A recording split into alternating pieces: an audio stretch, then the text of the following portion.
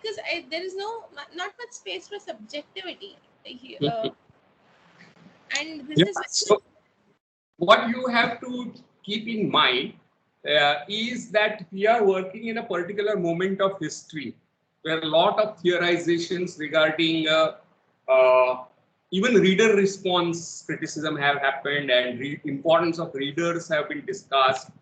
And still, if you want to write a research paper, you can't just say कि मुझे ये लगा, right? So certain kind of subjectivism is still not considered appropriate or even important in critical discussions.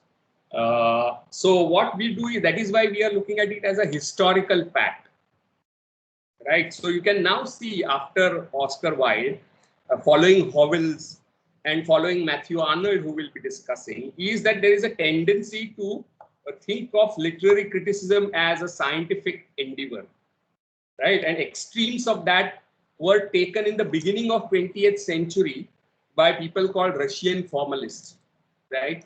And later on, in 21st century or towards 1990 onwards, there is also another movement towards science, hard sciences, especially neuroscience, cognitive neuroscience, and cognitive semantics and linguistics approach to criticism. There is a move towards more Darwinian or evolutionary approaches to literature from point of view of evolutionary neurobiology.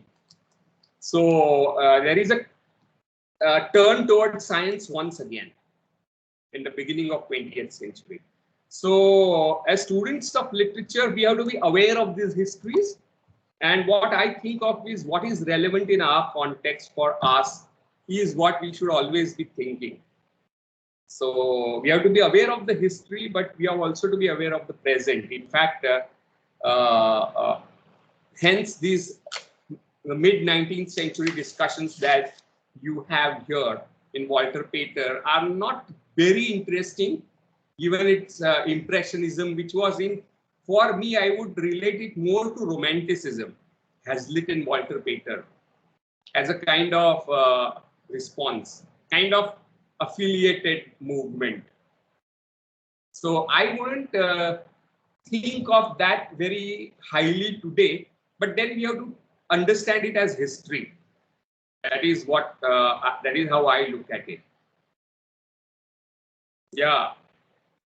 And you know what? Habib is not himself as objective as we think he is. He is more towards Marxist and Hegelian kind of approach. And that's why he has his own biases. And what happens that biases are far more, and this is what I'm saying from my own personal experiences, that biases tend to get more stronger when you come towards the present time. I won't have so many biases about Walter Pater today, but if I come towards 21st century and 20th century, then I will have my very strong biases, right? So Habib's book is also written from certain biases, and they become apparent. There is a kind of leaning towards Marxist Hegelianism or Hegelian Marxism or whatever way you want to put it in his writings. So Walter Pater, and you can see the last paragraph of Walter Pater is how Hegel would have looked at Pater. And he says that Hegel would have been dismissive of such abstract category as experience, as a philosophical category, and how experience is no longer a reliable source of knowledge and all that. So you can see he critiques even Horace, if you remember your 5th semester, from certain Hegelian perspective. Do you remember anyone? And at that time I said, because we have not discussed Hegel and we have not discussed Derrida or Foucault, we won't look at those kind of approaches to the ancient period, because you yourself are not very familiar with those ideas. Right? If you remember, who remembers? Yeah, Saloni. When we were discussing Horace and the question of property, if you remember, and the class, because property is connected to class, and he goes on to look at it from certain Marxist Hegelian perspective. which is difficult to maintain in ancient times, about ancient times. So Habib's own book has certain limitations for sure.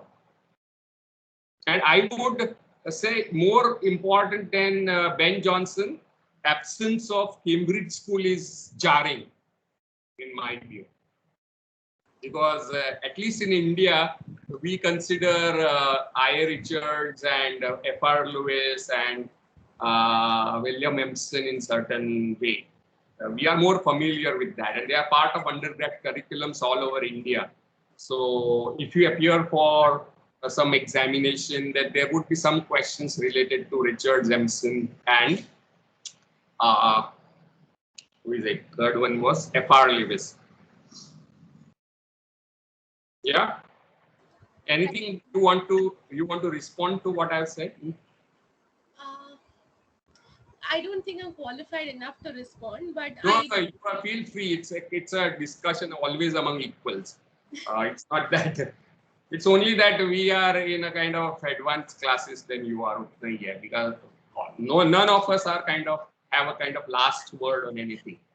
No, yes, but I'm aware of this I. Richards theory and all of that, but I haven't flipped my pages till there, so I wasn't aware of. Yeah, completely omitted. So I will have to have some discussion in our class when we discuss T.S. Eliot. So T.S. Eliot and new criticism के बीच में एक जोड़ती कड़ी जैसा है कुछ Cambridge School. So we'll discuss that. But sir, if we suppose eliminate one of the critics, then I mean, which critics eliminate? Any critics, like you just exemplified ki I. Richards and all those people, Cambridge School of Criticism has not been mentioned. So aren't we eliminating a link? And if we are eliminating a link, then according to Hegelian logic, then the entire system will sort of not make less sense. Yeah. And one more thing that is omitted is the myth criticism and archetypal approaches of Northrop Frye in this book. We studied about, like, he is mentioned in Image of Brahms. So, and that's what, even if this book is admirable, many people have criticized it for these omissions. So what we have done from the next year for people who will come to semester 5 and 6, we have prescribed specific essays, like Plato ka essay hai. Essay means the extracts from his dialogue, Aristotle में से dialogue, Longinus में से कुछ, then Sir Philip Sidney, ऐसे text ही रखे हैं instead of history. And the teachers will be supposed to discuss it in a historical context.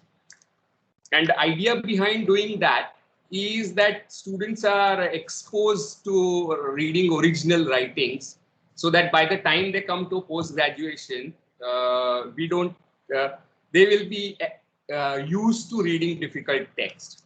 Because what happens in our university, that once you finish your BA, when you come to MA program, you are given to read directly, say for example, Barthes, Saussure, Derrida, Foucault, all these very difficult, dense writers. And that becomes difficult for students because you have not read those things. You have just got an overview of those ideas because of this book. So that's what has happened. No, at least in the semester 6, the last essay for the new course is, I think it stops with new criticism, if I'm not mistaken. Essay by, so there are anthologies of these essays, which we will be using.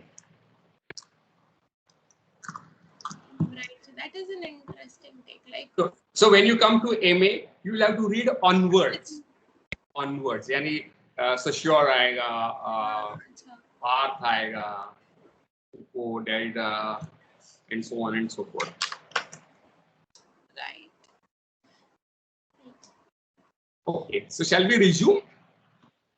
Or anything you have to say? Will we be doing feminist criticism? It all depends on how much we cover by the end of this month. and then we will see the exam dates and then decide, right? So let us cover at least that much portion first, which you will be supposed to know after your graduation. That's the strategy that I am using, given uh, any being in dark about the exams, right? So my strategy is, let's do those things that any graduate from all over India is supposed to know. Uh, right? Usually feminist criticism comes in MA, where you'll be actually reading those essays. And there would be women's writing course as well, as one of the optionals, right? Shall we resume? Yes, sir. Seems fine. Okay. Oscar Wilde is a familiar name and associated with art for art's sake movement. And he also in some way belongs to heterological thinkers. Habib has not consistently included him. Probably people don't take him so seriously as a thinker. People treat him more as a bit and kind of intellectual enjoyment. Serious comedy, a trivial comedy for serious people.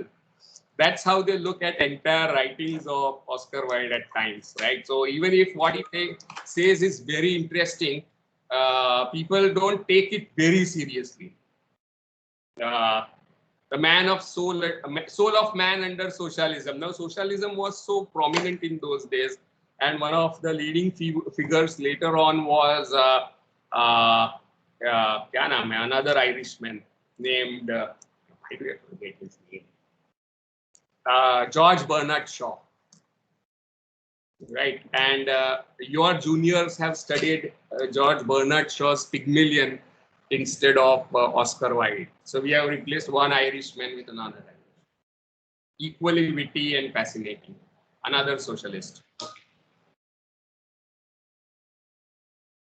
So Oscar Wilde is one of the most fascinating person, uh, and with the rise of LGBTQ movements and rise of gender studies and rise of queer theory, Oscar Wilde was considered as one of important precursors, intellectual precursors to LGBTQ movement, which began in the 80s, 1980s onwards in the West. And while we are discussing Oscar Wilde, he was arrested and jailed, and he was punished for homosexuality. And in Britain today, same-sex marriages are legalized, right? Maybe 5-10 years ago. So that is how far Britain has come from Oscar Wilde to today. So that's a development in Britain, UK. He was not so lucky. He belonged to earlier time, and he was persecuted, and he had to suffer. Yeah. But his important text you are familiar with, the importance of being earnest, Lady Windermere's fan, an ideal husband, and so on and so forth. His novel is also very, very fascinating. The Picture of Dorian Gray, one of my favorite novels, kind of fantasy meets realism. He also wrote children's stories for his own children. Uh, though he was a homosexual, maybe a bisexual, he married and he had children, and he wrote some fascinating stories for children. And some giant, aisa kuch story I remember reading by Oscar Wilde. I forget, long time to ask. Yeah, Jaldi, go ahead. So it's slightly unrelated, but it's related. You just talked about the Picture of Dorian Gray, and I have read the book, and I I don't understand. I mean, I understand it, but I do not understand what kind of statement was Wilde trying to make with his book. Because if you look at Dorian's character, and I think it is related in some manner to the theory that we are going to study, so that's why I thought it would be okay to ask this right now. What is the moral statement of importance of being earnest? No क्या point. कहना चाहता है वो? But वो क्या कहना चाहता है? but the thing is, when we were reading Importance of Being Earnest, that was a comedic play. And as contrast to that, this book, Picture of Dorian Gray, seems a little, in the language and in its way of writing, the novel seems like it wants to convey something serious, but there is no real point that I could decipher. Maybe that's on my part, but so I just wanted to ask you, since The you. Picture of Dorian Gray, if you remember the storyline, this Dorian Gray is a very attractive, handsome young man, and he has remained so for several decades and years, and people wonder why he hasn't aged. He is still young and attractive. And secret to that is the painting that is made of Dorian Gray. And as long as the painting remains young, Dorian Gray also remains young. So I think towards the end, somebody stabs that painting and Dorian Gray dies. ऐसा कुछ है ना? So he himself stabs that So, painting. Himself so the stabs. painting gets older, the man in the painting gets older, and Dorian Gray Stephanie stays gets young. ugly. The painting gets uglier day by day, Uh, and with that, Dorian Gray grows careless and more careless. so what does he want to say is very interesting. What he wants to say is usually we think that art is reflection of life. He reverses it in a very Wildean way to say that it is art which influences life. And he reverses art and life equation, saying that art gets old, man remains young, human being. So he changes he subverts that binary. Basically, if you want to understand Wilde, then you have to understand the fact that he is interested in reversing or subverting the binaries, right? Divorces are made in heaven. याद आ रहा है? So that is one of his wit. Yes. So art is almost has that overwhelming influence on human life. ऐसे कहना चाहता हूँ. मिल गया statement.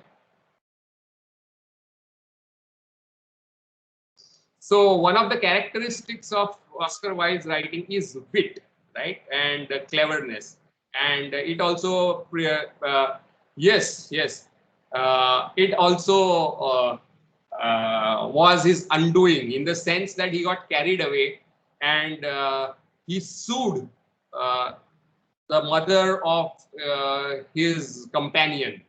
क्या नाम था उसका? Alfred Douglas, and she used to think that he is sodomite, what they called homosexual in those days, and he decided to sue her.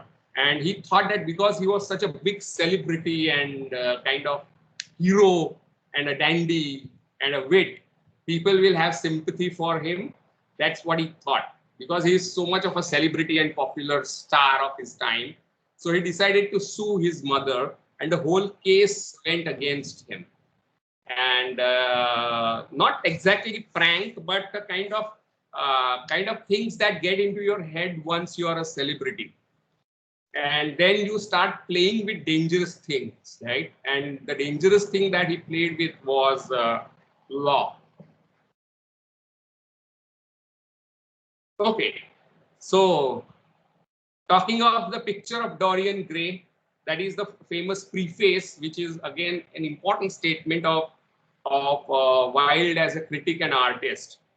And in this book, he says the artist is the creator of beautiful things. But before I come to that, look at page 498 for influences. And Jaldi had asked a question whether he was influenced by Baudelaire. Then Wilde was educated at Trinity College, Dublin, and Magdalen College, Oxford. The major influences on his thought and style were Ruskin, John Ruskin, Walter Pater, Algernon Swinburne, all of whom had effectively continued in the aesthetic path paved by Théophile Gautier, Edgar Allan Poe, and Charles Baudelaire. Right? So that is the legacy that you can see the mention. You can see the influence of all these people.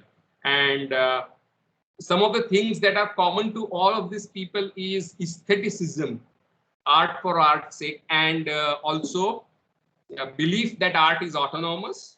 And another thing that connects Wilde with all this is a kind of criticism of the bourgeois morality, mainstream morality, right?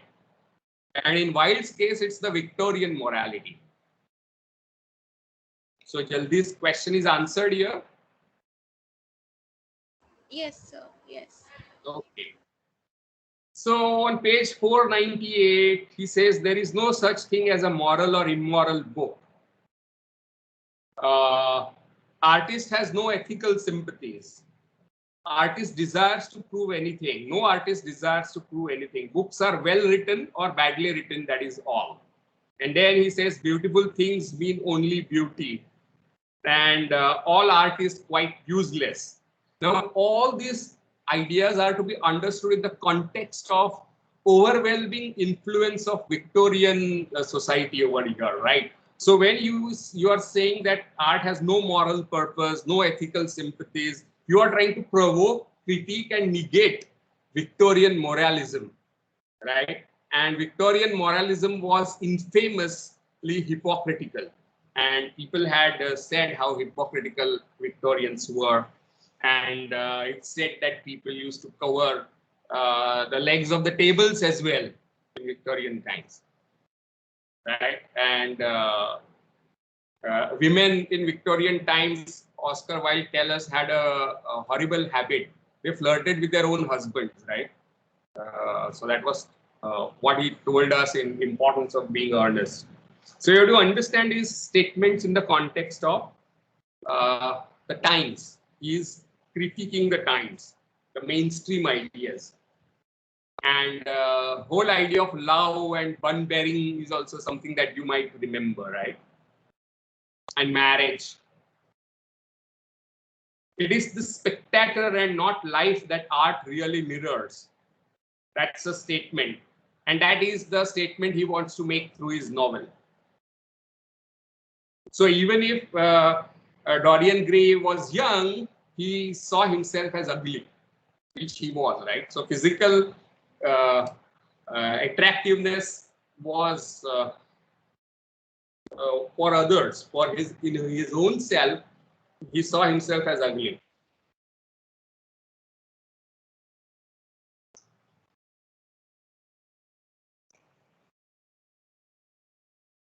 Not one statement I have heard from him is straight enough. Yes. Straight is not the word that you will associate with Oscar Wilde, by the way. Okay, the last paragraph.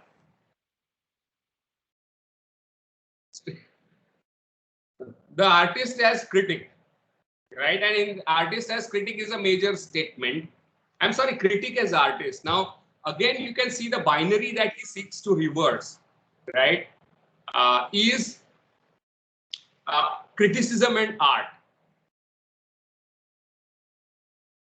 You are going in some other direction, come back to critic as artist.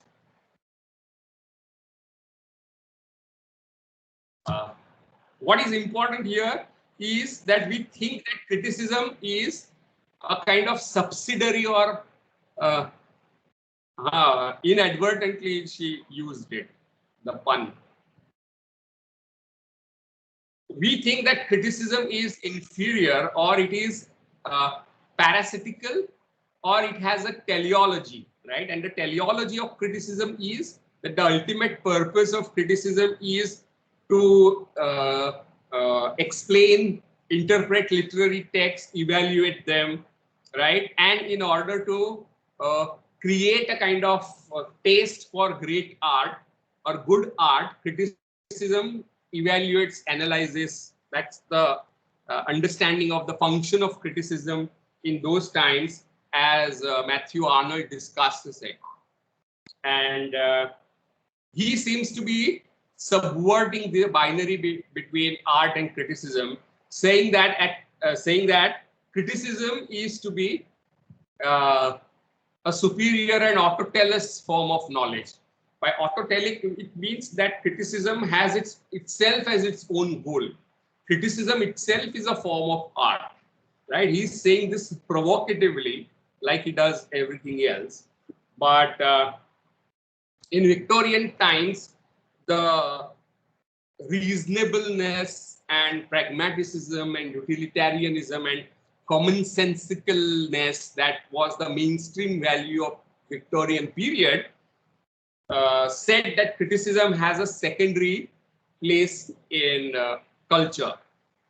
And two characters in this essay, the critic as artist, one is Ernest, who tends to value art over criticism, and Gilbert for change voices Wilde's own conception of nature and superiority of criticism.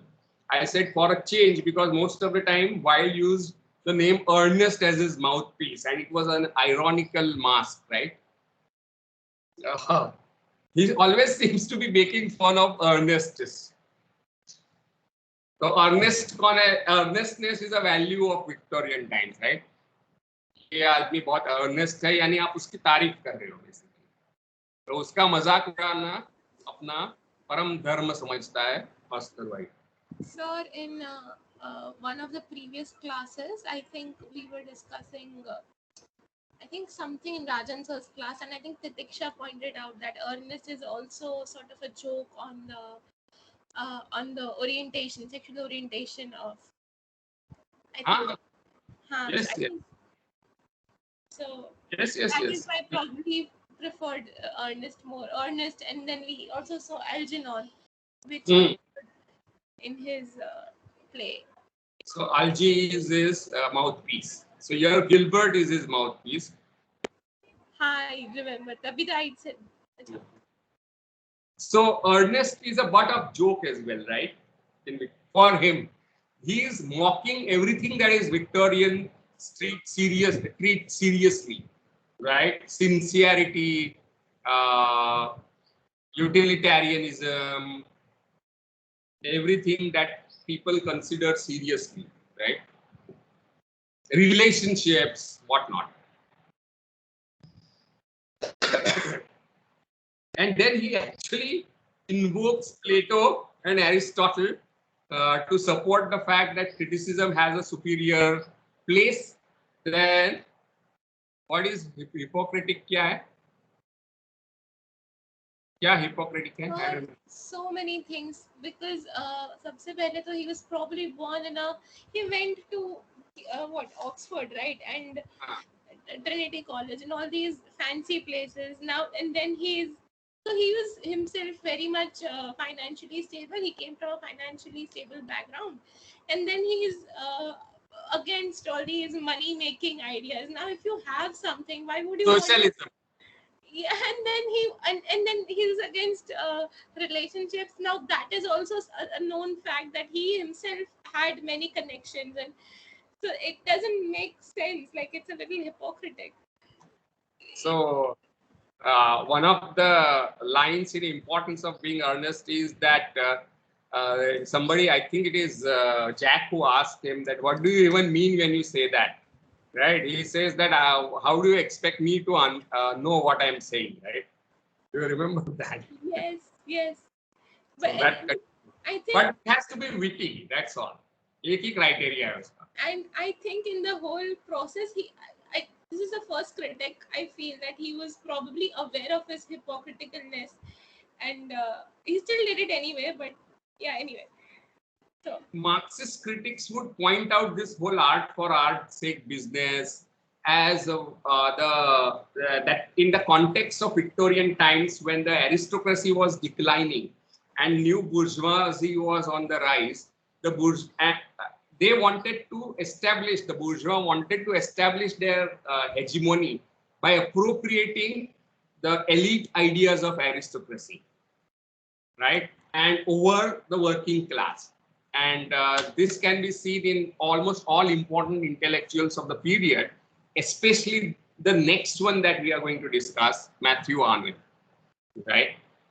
So aristocratic notions of art were appropriated by the elite bourgeoisie in order to establish their own dominance and belief that they are superior to these working class people, right? drink is the curse of working class. ऐसा कुछ line आता है ना? Importance of being earnest में. Work is the curse of drinking class. ऐसे आता है. Work is the curse of drinking class. I don't remember exactly, but yes, I do remember that. And he says that if the lower class don't set examples for upper class, who will? Say. These are the lines that he tells. Algernon tells his servant. Okay. And he goes on to argue that both Plato, who attempted to display connection between beauty, truth, and morality, will be remembered as a critique of beauty, page 498. And even idea of catharsis in Aristotle is essentially aesthetic rather than moral notion, page 499, first paragraph. And whatever is modern in our life, we owe to Greeks. Whatever is anachronism is due to medievalism. It is the Greeks, he avers, who has given us the whole system of art criticism. So on one hand, he is criticizing the modern life, right? At the same modernity, which believes that it is a progress over the ancients or the past. So he says it's the Greek who are superior to modern, and whatever you call modern is actually ancient Greek, right? And one of the things that takes him to Greeks is, of course, openness in terms of homosexuality, which is not stated, but you can maybe associate with his own move towards the Greek times. But it's also characteristic of romantic thought, right? That it moves towards Platonicism and Greek culture. It's called Hellenism in romantic period, like Ode to Grecian Urn and whatnot. He reverses this criticism and art binary to say that something anticipating almost T.S. Eliot on page 499, that without the critical faculty, there is no artistic creation at all worthy of the name. So criticism is not to be considered inferior because no great art is possible without critical outlook of the artist himself or herself, right? That's what he says. So great art is a kind of product of great critical faculty, according to Wilde, right? So he's reversing criticism and art. It is the function of literature to create, page 499, from rough material of actual experience, a new world that will be more marvelous, more enduring, and more true than the world that common eye looks upon. And then he says criticism itself is a form of art. So then he says that criticism is artistic and art involves creativity. Art involves critical sensibility. So you cannot create a kind of dichotomy, absolute dichotomy. It's arbitrary in his view between art and criticism. Here is his definition of criticism, and it has to be read out because it is a kind of antithetical, kind of contrarian theory of criticism. Right, and this is what he says, almost echoing Pater, Pater. The highest criticism being the purest form of personal impression, page 499. Can you find this? Is in its way more creative than creation, as it has at least reference. It has least reference to any standard external to itself, and is in fact its own reason for existing. And as Greeks would put it, in itself and to itself an end. That is, criticism is autotelic, autonomous, something. So it's not just art that is for art's sake. Criticism is also art for art's sake. Criticism is also subsumed under art for art's sake ideology. Certainly, it is never trammeled by any shackles of verisimilitude, no ignoble considerations of probability, and you can see that he is attacking covertly Aristotle here, that cowardly concession, probability is considered cowardly concession to the tedious reputations of domestic or public life. Affect it ever. That is what the highest criticism really is. The record of one's own soul.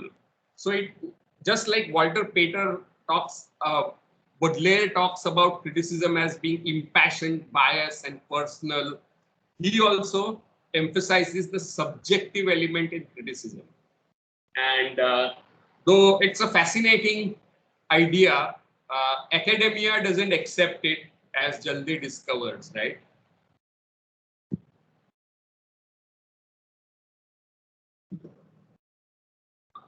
Oscar Wilde and Baudelaire would have hated academia because they would see it as a kind of bourgeois institution, decadent bourgeois institution, rather than having any aristocratic value.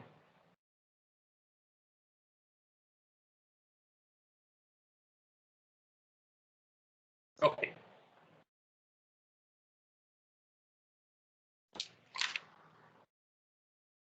So, Yeah. in his definition, this line, it certainly it is never trammeled by any shackles of verisimilitude.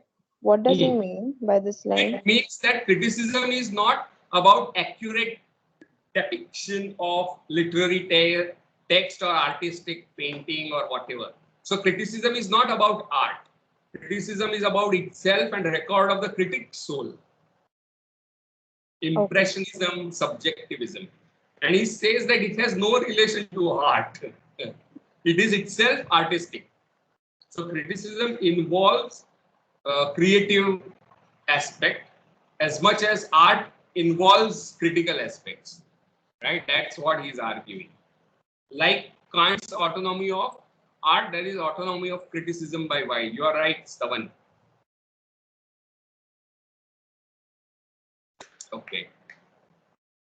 So, Hmm. you just said that according to Wilde, there can be no absolute dichotomy between criticism and art, like no absolute difference, like this is this and this is this.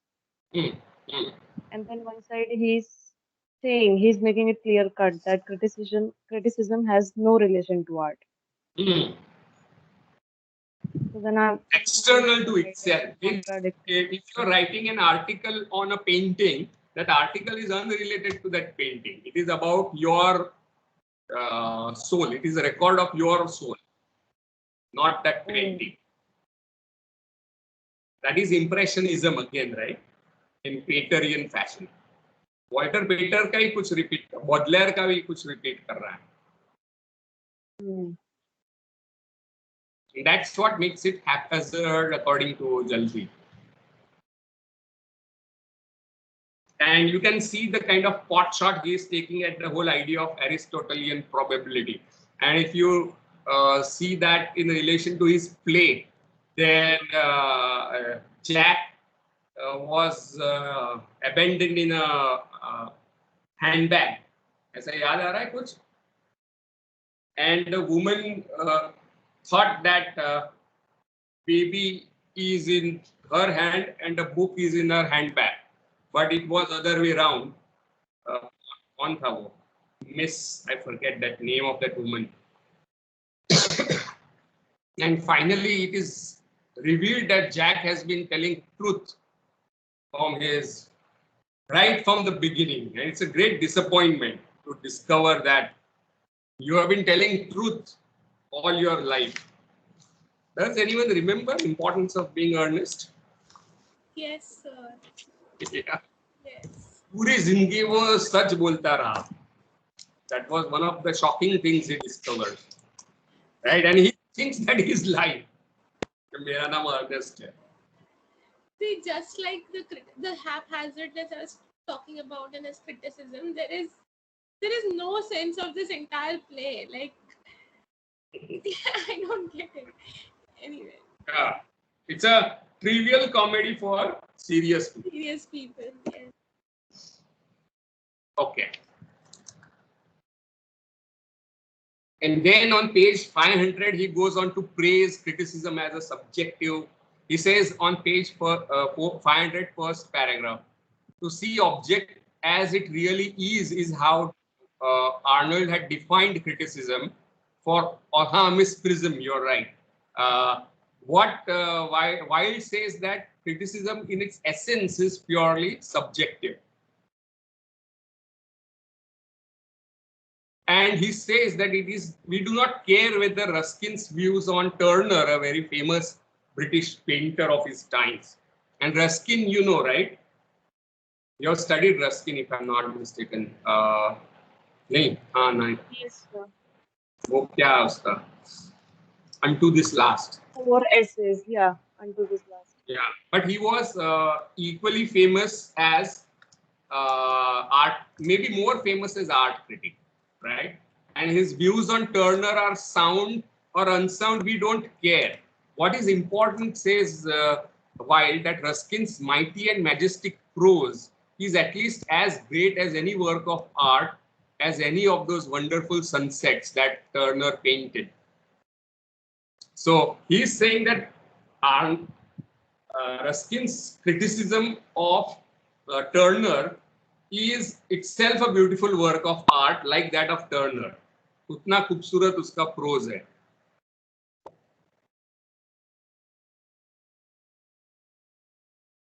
In fact, and through such criticism, Turner's picture becomes more wonderful to us than it really is, and reveals to us secret of which truth it knows nothing. Such criticism criticizes not merely individual work of art, but beauty itself. And beauty has as many meanings as man has moods. And he believes that work, once is finished, has a life of its own, and so on. And same paragraph, page 500. For the critic, the work of art is simply a suggestion for new work of his own.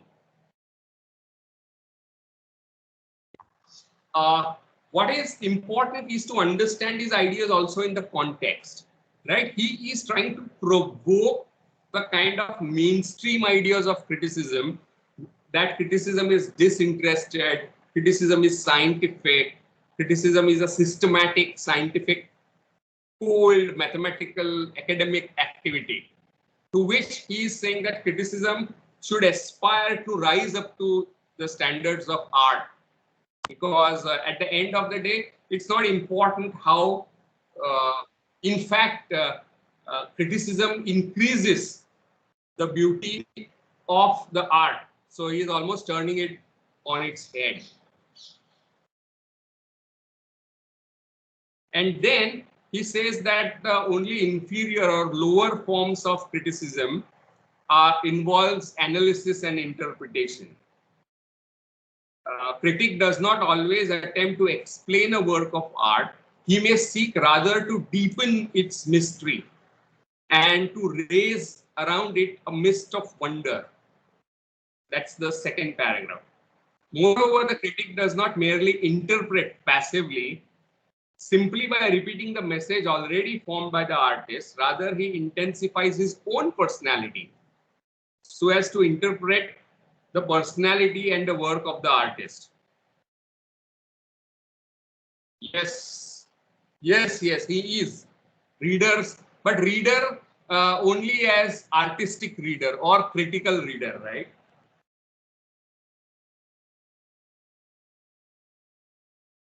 Critic who gives voice to the work of art, critic is always showing us the work of art in some new relation to our age.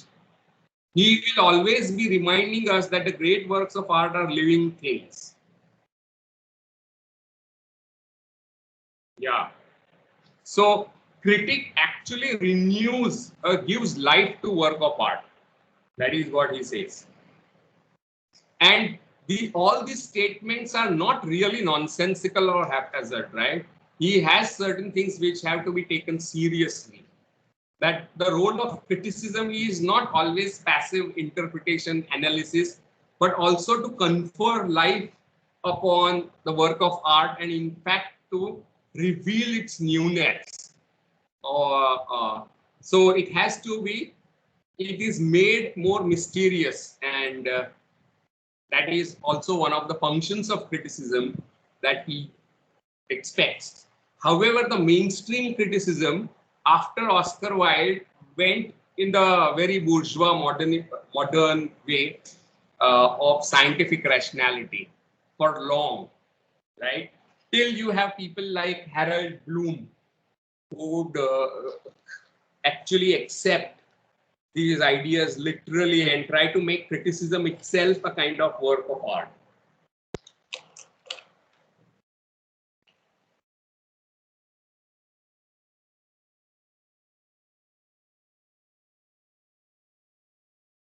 And he again says that work of art is not impersonal.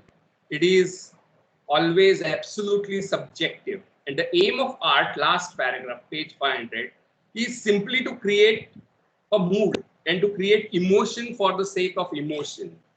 And all this actually resonates with Charles Baudelaire and Kant and Edgar Allan Poe. You can see that, right? So, work of art is beyond considerations of practicality, utility, morality, and education. The very value of art as distilled from its essence as beauty, is its detachment from the world.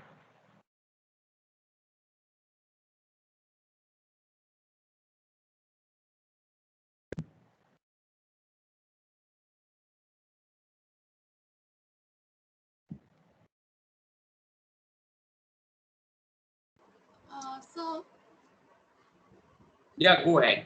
we talked about his criticism and his ideas about criticism being taken up later. But whenever we've talked about art for art's sake, we always stop at Oscar Wilde. Mm. And there is nothing that goes beyond Wilde, even in our discussions that just happened in. Yeah, but in the beginning of 20th century with Russian formalism and neo criticism, there was tendency to look at art as art, right? Poem as poem. So this was actually a very important idea till 60s. After 60s, there was immense politicization of the understanding of culture, right? Especially through left and largely through left, post-Marxist left. So they attack these ideas as a kind of bourgeois attempts to establish their autonomy or hegemony. So left was brutal in attacking the ideas of art for art's sake later on.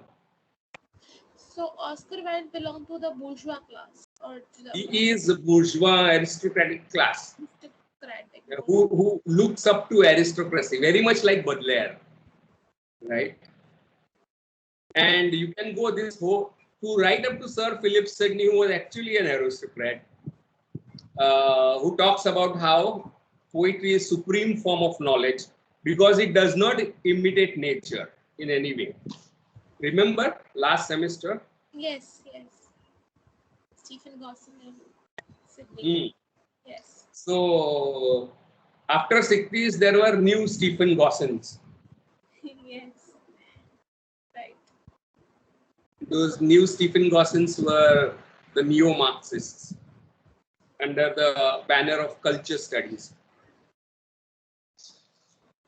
Right. So there is a kind of renewed interest in aestheticism and formalism these days in 21st century. And there are critics who are called new formalists or new aestheticians. 21st century की बात कर रहा हूँ. Okay.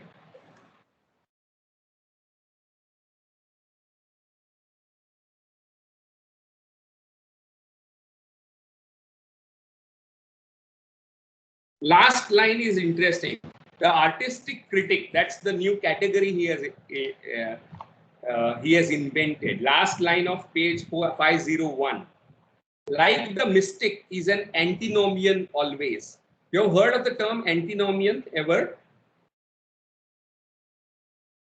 Antinomian is a certain belief in Christianity, right? Certain denomination probably that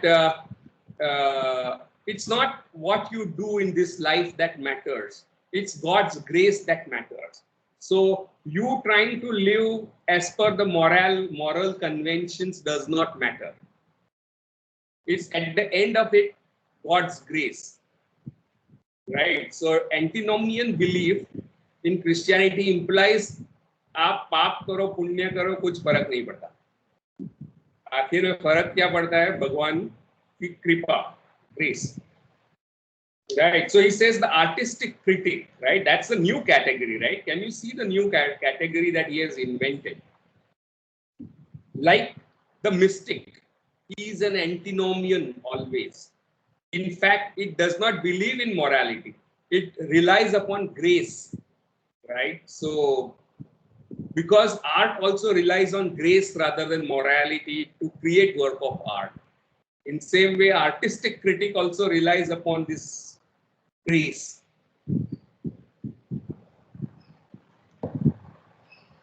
Anything that you have to say about Oscar Wilde?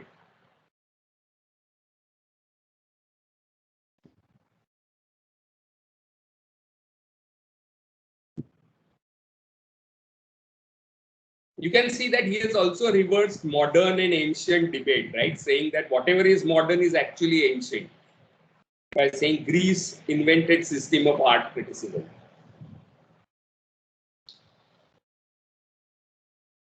Any questions? Anything you have to say? So Yeah, could sir. you please explain this line again where he says the critic is an antinomian always. Like the critic is So this kind of antinomian is a person who believes that your actions do not matter, whether they are moral or immoral. Right? What matters is the miraculous grace of God. So mystic also does not believe in any practice, right? Any theory that is practiced, but believes in the miraculous grace of God. Artistic critic also does not follow any theoretical or moralistic injunctions, but waits for that miraculous blessing or grace to happen. May not be from God, but that moment to happen.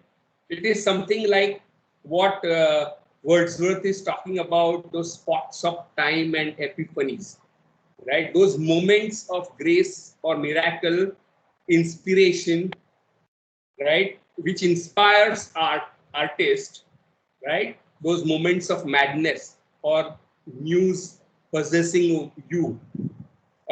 So critic also waits for those that inspiration and moments of madness. So criticism is also governed as much by that irrational kind of madness. So great critics also require some sort of madness. And it reminds me of Pope, who says that both from heaven derive their light, those born to judge as well as those who write.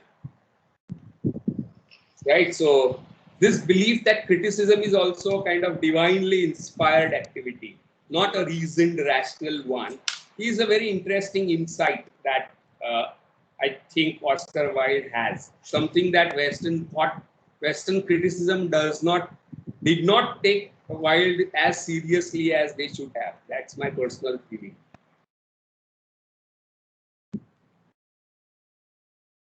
Because they probably thought he was too elitist, right?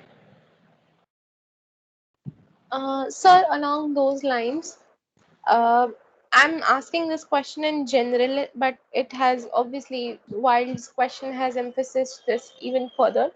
How much does a critic's or a writer's social disposition matter, in the sense that What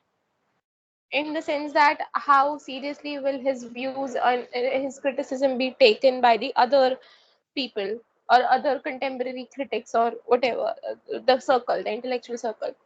So we saw in Pope that he was a Catholic and he was barred from living in the community and all of that. Uh, so how does all, and in case of Oscar Wilde, his orientation was of a question that and his views, of course. So how much of all this comes into It account when? does matter, right? Your political views, your social location, your personal life is something that is not supposed to actually influence your reception or your how people perceive you later on. That is an ideal situation, but I don't think that is ever fulfilled. Uh, it always happens that your location, your principle, your ideology, and your all those things uh, matter in your reception. That happens. Does that answer your question? Yes, it does. But then, so isn't it possible that we might have lost so many critics just because they didn't have, and so many valuable insights just because they didn't have the access to sort of publish their ideas? So even if they are published, for example, one of the major Western philosopher of 20th century is Martin Heidegger, right? And he's a great influence on people, but not many people openly accept his influence. And one of the reasons for that is that he was closely associated with the Nazis in the 30s, late 30s, and he was a member of Nazi party, which for which people loathed him, of course, because what he did. Though it's a different thing that Nazis also later on hated him, and he had to pay the price for that during the World War, when his deanship and rectorship were taken away, and he was sent to the trenches to dig trenches, right? And then after the victory of the Allies over Germany, he was banned from teaching for 4 to 5 years. But his association with the Nazis has always played a role in his reception. The other person is Ezra Pound, right? One of the biggest influences on modern poetry. He is Ezra Pound.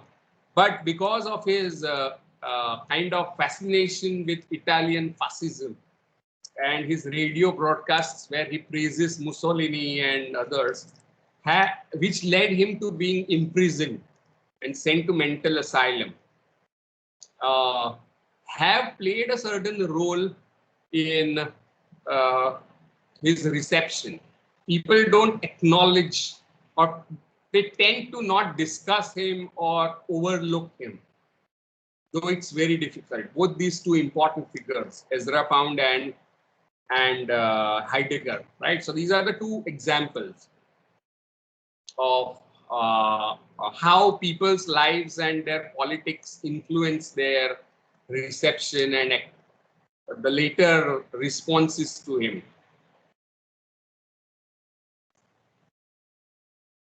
Does that? Right, sir. Yes, Yeah, it yes, it does matter. does. It does matter. And the kind of reverse also it happens. For example, if one person is very politically correct, then he is over admired by some people who follow his ideologies, right? An interesting case is that of Nietzsche, who was later on admired by Nazis, though he was not himself very much of a kind of Nazi thinker.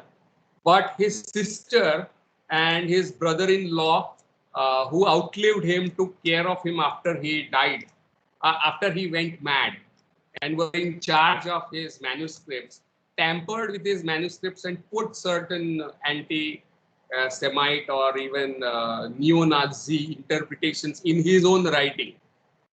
So Nietzsche was celebrated by Nazis, right? And that became a problem even today. And he was deeply misogynist at times, right? So he would say, if you're going to meet your woman, take your whip with you, right? So this kind of misogyny that Nietzsche would have made him unpopular with early feminists, but later feminists reread, revised him saying that he had certain understanding of philosophy as a feminine project rather than a masculine project. So that's how re-evaluations happen.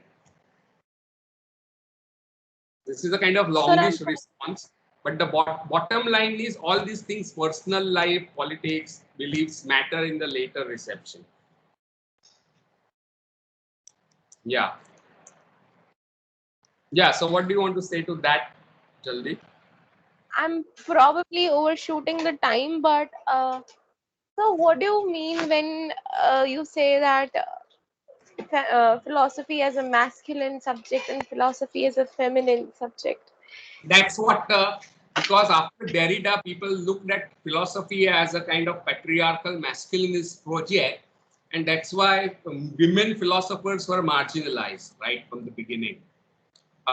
It was Nietzsche who talks about truth being a woman. And then he seems to attack Western philosophy very aggressively. And that led certain feminists to be more open to Nietzsche. So it was after all, Western philosophy is deeply patriarchal, and it is even sexist and misogynist at times. Even Indian philosophy, not, so it's very misogynistic and very, very regressive at times, both Western and Eastern ones. Right? That's what. Right. That's right. Okay, Jelta is asking, what does art rely on this antinomian context? Antinomian, Jelta, as we discussed, is when you don't believe that your actions or deeds matter, but God's grace matters, right? Being chosen one and all that. You don't know. So it is all about grace, right? Not your knowledge or deeds. So same with art. Art relies on kind of miraculous inspiration, right? And going back to Plato and others who talked about muses possessing the artist. So it's not how artist lives or what rationality he has, but more of how much is that person open to grace of God. So grace is a metaphor for inspiration. That's what he means by antinomian context of art. But Wilde is transferring it to criticism as well. So criticism also relies on inspiration, is what he's trying to say, and madness, divine madness.